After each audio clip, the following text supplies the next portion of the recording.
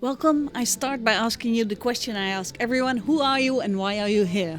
I'm Martin Mills. I run the Beggarsgroup of record labels, and I'm here to be interviewed and to see lots of music. But are you here at the festival to be interviewed? Is that the reason why you're here? That's why I'm here this year. I've always wanted to come, but that's why I'm here this year. You've never been? Never, and it's great. When you're being interviewed, is there a point you wanted to make? Is there a story you wanted to tell, or you just go with the flow? Not particularly. I think people just wanted to know how I've achieved what I've achieved.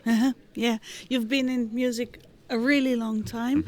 When we look, sometimes we think a lot has changed over the last few years, but in essence, isn't a lot the same? Yes, I mean, an awful lot has changed, especially how we reach our fans, but it's still about music that moves people and is unique. That has not changed. So, we still have bands that sign to record labels, and is the way record labels find bands, isn't that changed? Yeah, that's completely changed. I mean, in the old days, you used to have to jump in a car and drive around the country and the world to find people and see what they were like playing, but now so much of that is online. It's such a connected world, and words spread so fast that the way you find out about music and the way that you work with artists and get them to believe they should work with you that's totally different. But you probably still go and see bands before you sign them. Absolutely. It's very unusual for us to sign a band without having seen them. In fact, we're seeing a band tonight who we'd like to sign, but we want to see what they're like live. Yeah, and if they don't perform well, it's off. It raises questions, certainly. I mean, everyone has an excuse for not performing well sometimes, but hopefully it'll be great. So bands have a chance to reach out to record companies to put themselves in the spotlight more than they used to have. Yes, I think so. I mean, a lot is down to what bands actually do for themselves these days. As you say, they put themselves in the spotlight. There are many tools through which a band can actually bring themselves to the media and the industry's attention. Actually kind of recording a few tracks on a CD and sending them to a record label isn't really what it's about these days. No. Should you have already a big following, for instance? Is that an important thing you look at when you sign a band? It's a factor, but it doesn't have to be the case. We can sign someone that no one's ever heard of, so it's different. It can be all kinds of different things. So then, if that's the case, it's still possible to just send a few songs, and if you like them, you come and check them out. It's possible. It's unusual. Most of the time, it's more of a viral process these days, but it is possible. But actually, someone sending music out of the blue that you fall in love with is pretty unusual these days. And when you say it's a viral thing, how does it work exactly? People talking to people.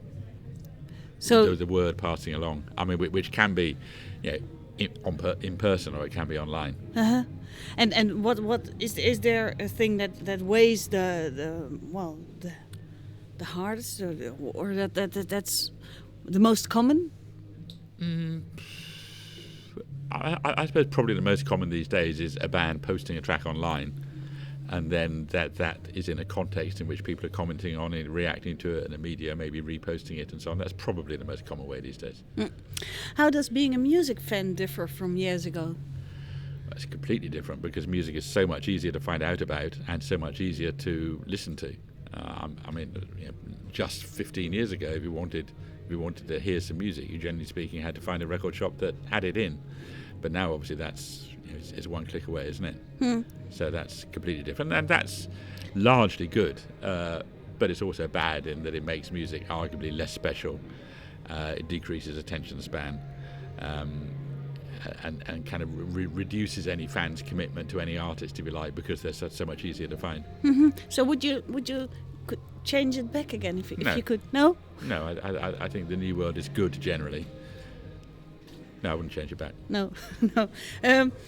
We are going from owning music to access to music.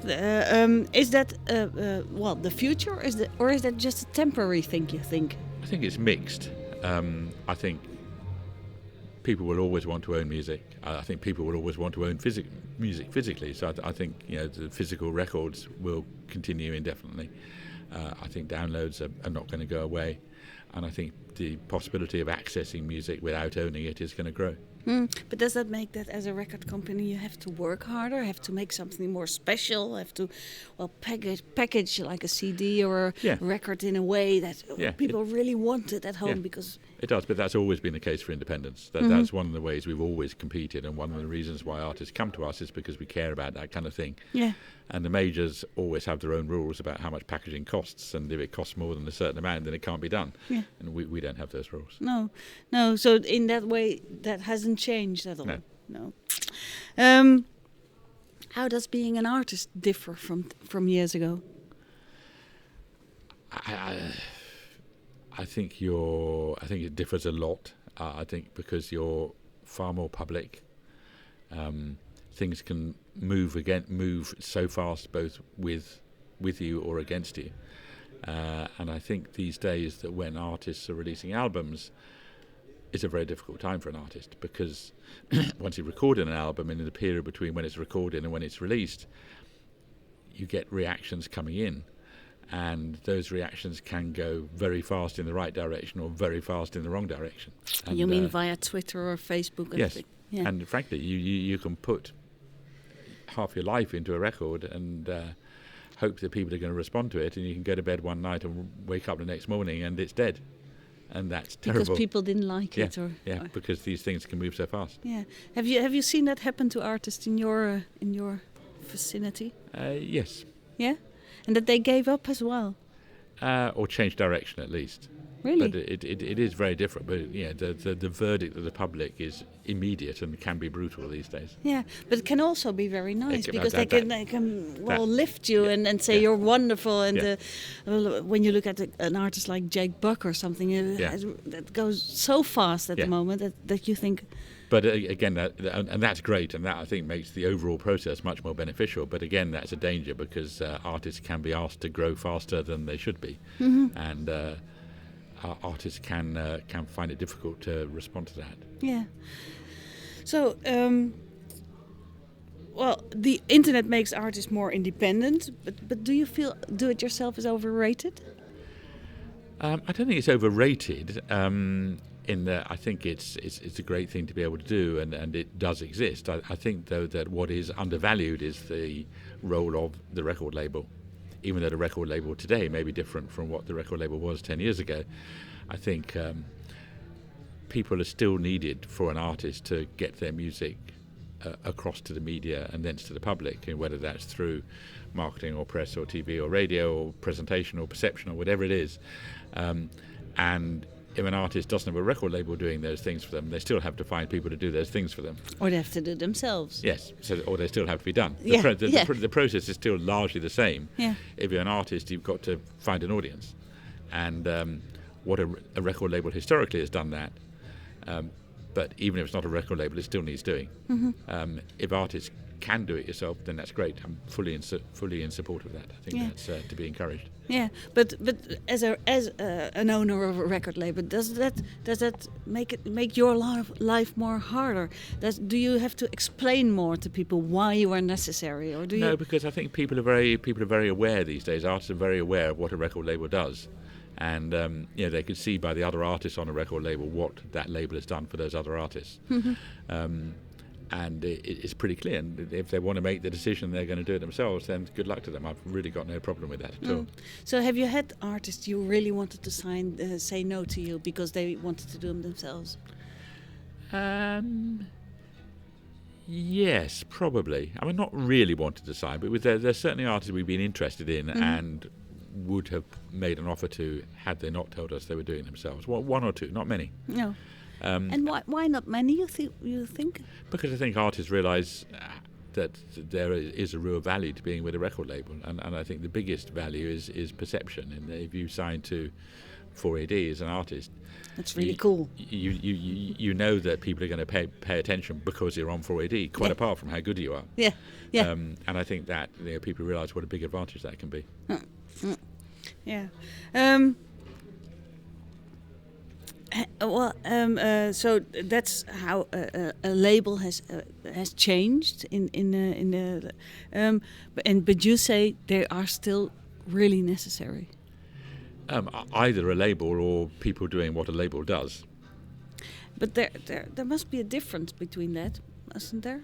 There is, but I mean, just in terms, I mean, people think that digital distribution is easy, but it's not. I mean, you've got to do deals with the services, and you've got to work out how you're going to deliver your music digitally to those services, and they're pretty fussy about how that's done. It's got to be done in a very precise way. Mm-hmm. You've then got to make sure that you manage your own metadata and track it and protect it and so on. So just in terms of digital distribution, doing it to any level of professionalism, it's not a simple job, and it's not something you can just do overnight. You either need to learn it or work with people that have learned how to do it. People underestimate this. Yeah, but this expertise is out there to buy on the market. So if you want to do it yourself, you don't have to learn to do it how to do it yourself. You can hire persons X, Y, and Z who can tell you how to do it or do it for you. So you're not really out there selling yourself all the time. You think, well, if people don't understand that you have a value, then bad luck for them. Well, as a record label? Yeah. Well, not necessarily bad luck for them. Good luck for them, I think. But we are in a fortunate position these days, I think, with our 4 labels, that because it's pretty clear what we're good at, that the people who want that tend to come to us, and the people that we want to work with tend to be the people that appreciate that. If you could change one thing in the music industry, what would it be? I think it would probably be the dominance of the major companies. I think Universal being as big as they are, and Sony being as big as they are, is not good for music. And why not? Because I think they dominate and dictate the terms of the market, both to the people in the market and the people working with the market. And I think there are reasons for that. Monopolies are managed and regulated, and they're good reasons. I think that for anyone to have 30%, certainly 50% of the market, is bad for the market. You want open, competitive markets. And why hasn't that happened yet then? Good question. I mean, I think the competition authorities have not done what we would have liked them to have done. I mean, part of the reason for that is obviously this is a difficult time for business generally, and so they want to encourage business rather than over-regulate it. But I think the competition authorities should have done more. Are you enthusiastic about the music industry? Yeah, totally. And more or less than 10, 20 years ago? I've always been enthusiastic about it and about the music that comes out of the industry. And I think that obviously these are difficult times financially, not actually for us because we're doing well. So the challenges are daily. But I think it's exciting, and the digital world has made it a lot more interesting than it would have been had nothing changed. And what is always exciting is hearing new music and finding artists that you think are amazing that no one's heard of yet, and telling people about them. Yeah, that stays the same always. That's completely why we do it. Yeah, okay. Thank you very much. Thank you. Okay, thank you very much. Good.